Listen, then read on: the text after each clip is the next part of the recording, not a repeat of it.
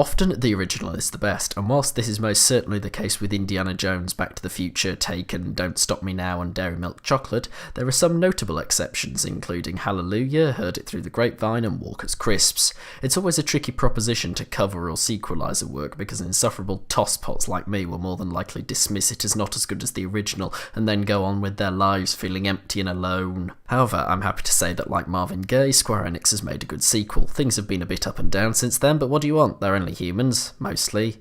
Just don't ask about Mr. Yamaguchi in HR. Final Fantasy II was released in 1988, and I have to say that I enjoyed it immensely at the time whilst living through the spirit of a 37-year-old retired stockbroker living on the outskirts of Osaka. However, in my current life, I picked up a second-hand copy of the Dawn of the Souls re-release in-game, because CEX didn't exist and my 7-year-old brain found it too difficult to comprehend buying things from a shop that wasn't named after its primary product. Of course, being a child, I had only a very limited number of games and subsequently played it to death, so it seemed like the best game in the world. Happily, however, I have replayed it since growing a functioning brain, and I can say that it actually holds up astonishingly. FF2 was unusual at time of release because it was a story-focused console RPG and had no traditional levelling system, one of which innovations people liked and the other of which nobody liked at all, apart from me it seems, proving that either the entire world is mad or I'm mad, a debate which would be considerably easier to settle were it not for the existence of The Only Way is Essex, the televisual equivalent of A Planet's Cry for Help. The story itself is worthy of some note, taking us from the usual localised apocalypse which gives our main characters their motivation to the joining of a resistance against an evil empire,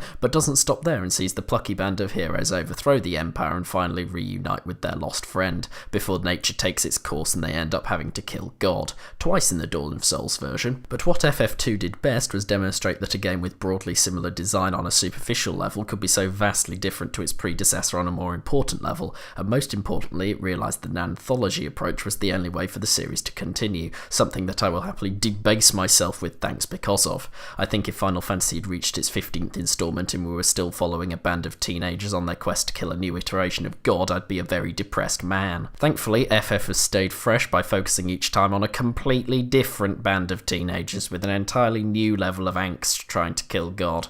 Thank fuck for your boundless creativity, Square. Now I don't have to be depressed at all. I'm going to have another drink.